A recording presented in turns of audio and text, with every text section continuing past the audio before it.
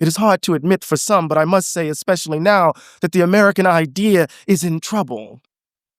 In fact, it has been in some form of trouble the moment it was given shape and texture. We tell ourselves that we are an example of democracy achieved, that we are the shining city on the hill, but these stories aim to conceal the contradiction at the heart of this fragile experiment in democracy, and the lies we tell ourselves to protect us from the ghastly implications of it all.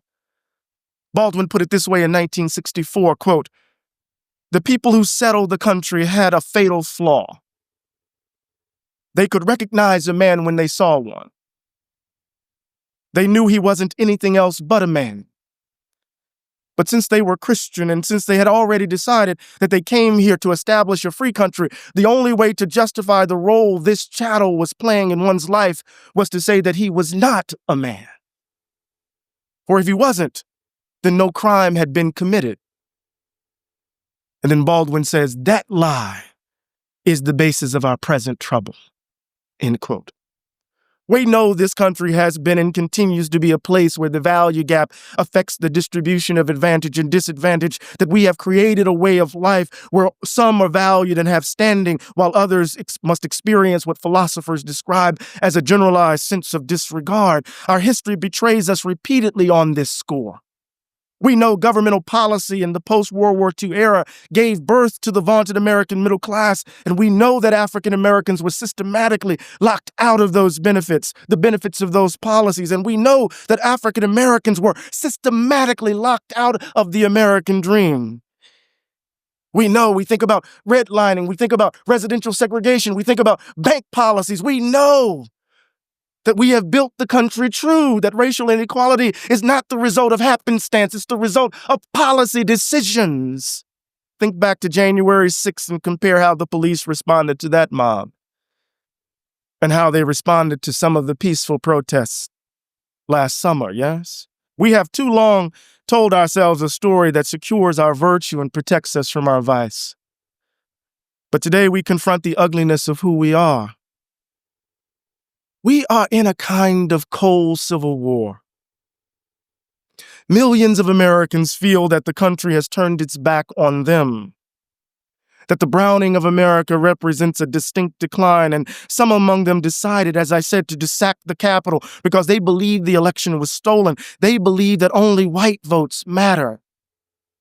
January 6th then was fueled by white resentment, white grievance, and white fear. It was a moment when the cold Civil War turned hot. And we heard either that night or the next day, I can't remember, an echo of the past on the Senate floor. Senator Ted Cruz invoked the presidential election of 1876. The Compromise of 1877 as a framework to settle the dispute around the certification of the election, and he invoked it against the backdrop of an insurrection that left shit on the walls of the people's house. History reveals itself here not as determination, but as a kind of inheritance, not as continuity, but as connection and relation, where one event echoes or carries the imprint of another and calls it all into view. Historical facts and personages don't simply appear twice, but in multiple forms, in ways like a blurred image with layers and depth that interrupt, intercede, folds back, and calls forth. Now, all of that is a bit abstract. In short, we've been here before. In those moments of trouble, when we've had a chance to imagine America anew, in those moments when the contradiction seized the American heart, we have witnessed over and over again the reassertion of the value gap and the lies that provided cover.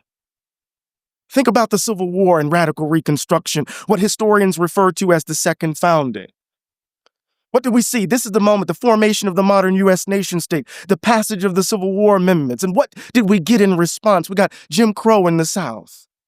Frederick Douglass would live long enough to see the 13th Amendment ratified and witness the state of Mississippi pass the first Jim Crow law.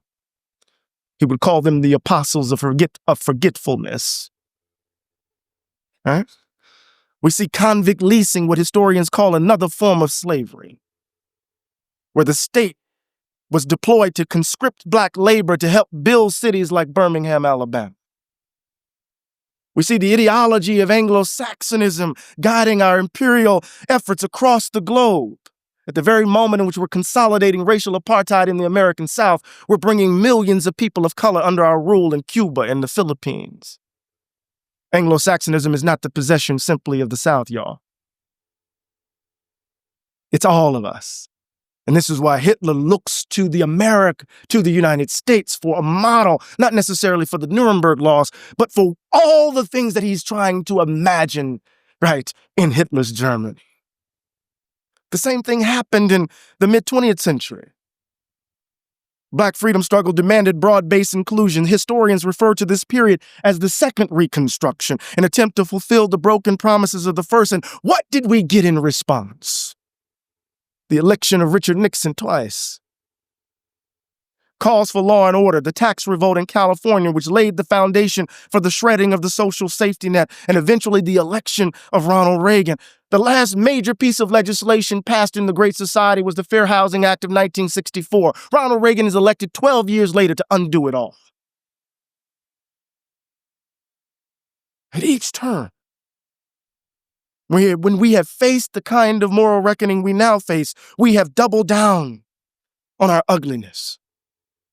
At every turn, when a new America is about to be born, the umbilical cord of white supremacy has been wrapped around the baby's neck, choking the life out of it. We have cleaved to this idea of white America and left bodies in the wake.